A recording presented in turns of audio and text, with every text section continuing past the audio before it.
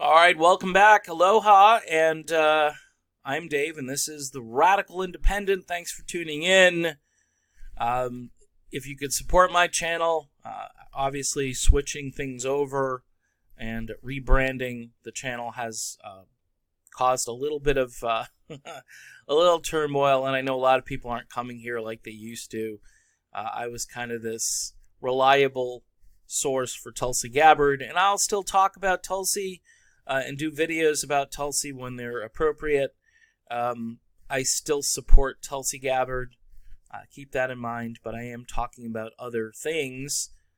Tucker Carlson was on last night, and if you're a progressive, you need to watch Tucker Carlson. If you're, you may disagree with a lot of what he has to say, but you're going to find out in this video that he understands what you're saying about the country and that we have problems, but people are more concerned about this Russian collusion thing.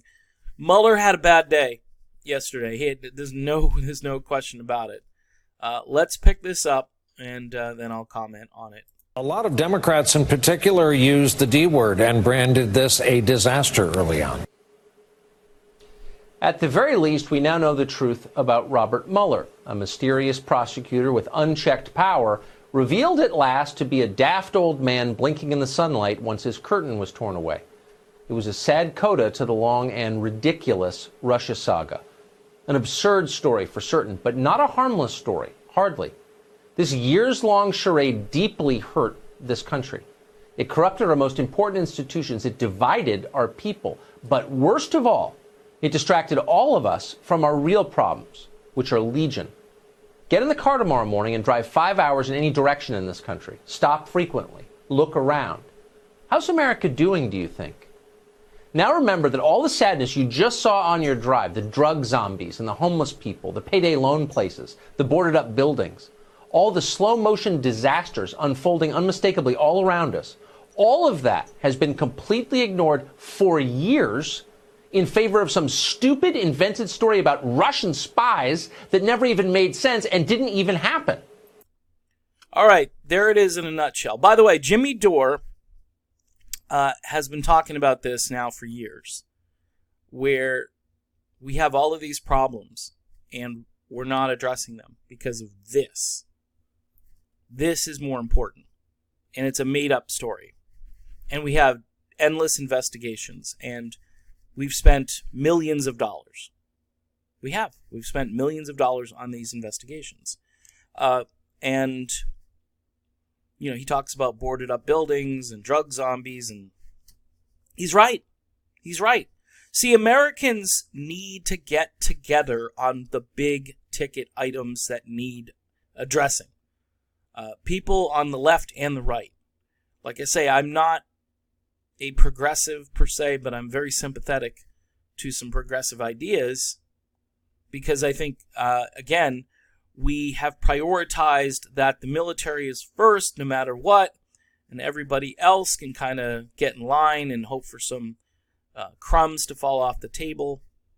And I'm talking about people that certainly got duped into a college education where the exorbitant costs and everybody telling them, hey, you need to get a college education and that guarantees you a job and then you can pay all this money back.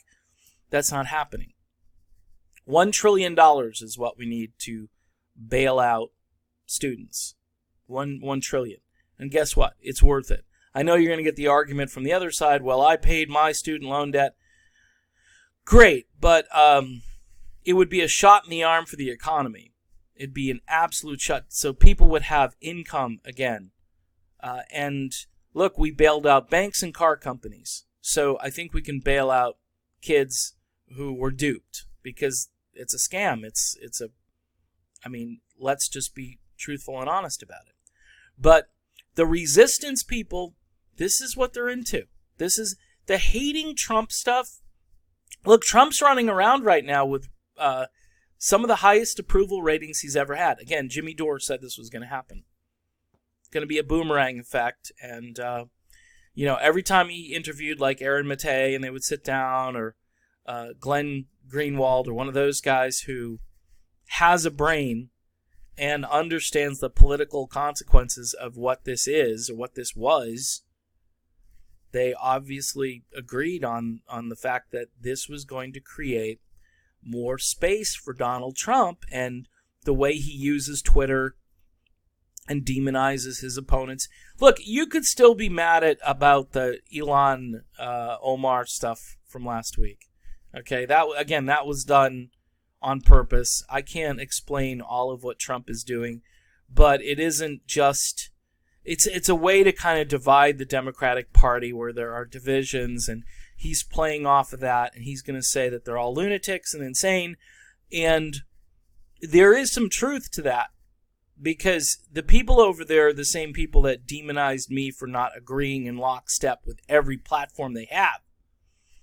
And that's what's killing the country, because we can't have a conversation. Like some of my more conservative friends would say, well, yeah, you're into all this free stuff now. What's the matter with you? I'm like, I'm not into free stuff. I'm into what makes sense economically for our future. We need to solve the student loan debt crisis, and we need to have people functioning in society rather than the companies taking advantage of our welfare state, because that's what they're doing. I know that's kind of nuanced for a lot of people, but Walmart, for instance, they're leaning heavily on our welfare state. Why? Because they don't pay their workers, so their workers have to apply for government help. Rather than get the help from Walmart, they're getting the help from you and I, because we're funding and subsidizing that. And that's a nuanced discussion that nobody seems to want to have. So in the wake of this disaster, and people are calling it a disaster, this guy, I watched some of this testimony, he didn't know what his own report said. He's looking up things. And this whole idea of, well, we didn't get enough information to completely exonerate him. But that's not how the system works. You're innocent until proven guilty. And it's a simple thing to point out. And whether you like Trump or not, do you think Trump is dirty or underhanded? Yeah, I mean, he was a New York businessman. Yeah, I'm sure. I'm sure there's stuff in there, but that's not the stuff they're using. They're using this fake. So here's the thing. If they had other stuff, why wouldn't they go after him for the other stuff? Why do they use the fake stuff to go after him? See, maybe he's not as dirty as people think. Or maybe they just don't want to do the real heavy lifting that's required because it's going to waste more political capital. But they've spent it on something completely empty. It's like eating a bag of potato chips and feeling like crap afterwards. Because you should have ate something that had some nutritional value. Yeah, it's just... and Tucker Carlson nails this. He's absolutely 100% right about what has happened in this 2 to 3 year time frame. And you take that 5-hour drive, he suggests. Go in any direction. I see it. I go into cities here in Florida, and it's a different world. And we don't address that stuff.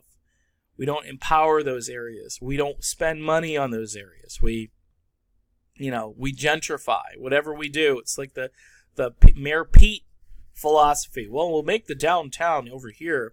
And every city has kind of this upscale downtown area, and then a few blocks over, the slums exist, and if you stray in any direction, you might end up there. And these rich erudite type people, they don't care. They just want to go downtown and enjoy a show or eat at a fancy restaurant. Meanwhile, there are people probably trying to dumpster dive to get their food from that restaurant. I don't have a lot of hope for the country because we are too hung up on the horse race, on the game. The media promotes the game because that's what gets them ratings. That's what gets them ad revenue. They're not concerned about progressive ideas or just ideas that work. They don't want to hear from people like Andrew Yang or Tulsi Gabbard or Bernie Sanders because they're actually proposing things. They have ideas that might actually work. Tulsi Gabbard has proposed legislation all over the place. I mean, she's got a bill or a proposed bill for pretty much everything that ails the country right now, including how we vote and how those votes are counted. And she's stuck in a party that's corrupt. And again, you can't have a revolution in a counter-revolutionary party. You need a third way. You need an independent voice, independent way. Tucker Carlson, again, you don't have to like Tucker Carlson, but he explains a truth here better than pretty much anybody other than Jimmy Dore, who's been saying this stuff over and over again, and he's been 100% correct. This is just going to empower Donald Trump. And meanwhile, the progressives are arguing about, did Kamala Harris insult Joe Biden? And focusing on Joe Biden, by the way, is just blowing my mind. Just leave Joe Biden alone, and he should implode on his own. He should go down. Now, if you think, if you get the word out about Biden, you can destroy him, and then, you'll get, hopefully, Bernie Sanders. Maybe, but I don't know. I mean, again, these people are the ones that pretty much decide everything. You and I, we don't. We try. I watched a few minutes of Tulsi Gabbard speaking one day, and I said, look, a Democrat who's not insane, a Democrat who appeals to other groups, oh no, and somebody who I could look up to as president of the United States. If you have a young daughter, imagine Tulsi Gabbard speaking on television as the president of the United States and pointing to your daughter and saying, look, you can become president of the United States. See, Hillary got president. I mean, if Hillary was the president of the United States, I couldn't do that. I don't care. This whole she's a woman, isn't that amazing thing, it doesn't appeal to me. What appeals to me is the qualifications, and nobody is more qualified to be president than Tulsi Gabbard. Her experience sets her apart. Even on The View the other day, she got all of that information out without being interrupted by anyone, which is astonishing. I think they probably got a lot of blowback from the first appearance, and I think they took it a little easier. And you know what? Tulsi, she's great. She sees a little daylight, and she takes it. You know what I mean? She's very skilled in that way. That's why we need to get her to 130,000 donors, and she's in that third debate. Look out, because she could actually become the nominee. So I'm done with this one, but it shows you this is it. This is what our media and one political party in particular spent all their time doing the last 3 years. And again, Tucker really nails it here. Hours in any direction in this country. Stop frequently. Look around. How's America doing, do you think? Now remember that all the sadness you just saw on your drive, the drug zombies and the homeless people, the payday loan places, the boarded up buildings, all the slow motion disasters unfolding unmistakably all around us, all of that has been completely ignored for years in favor of some stupid invented story about Russian spies that never even made sense and didn't even happen. A ruling class did that. They did that to you as a distraction. They do not deserve to rule. That much is clear.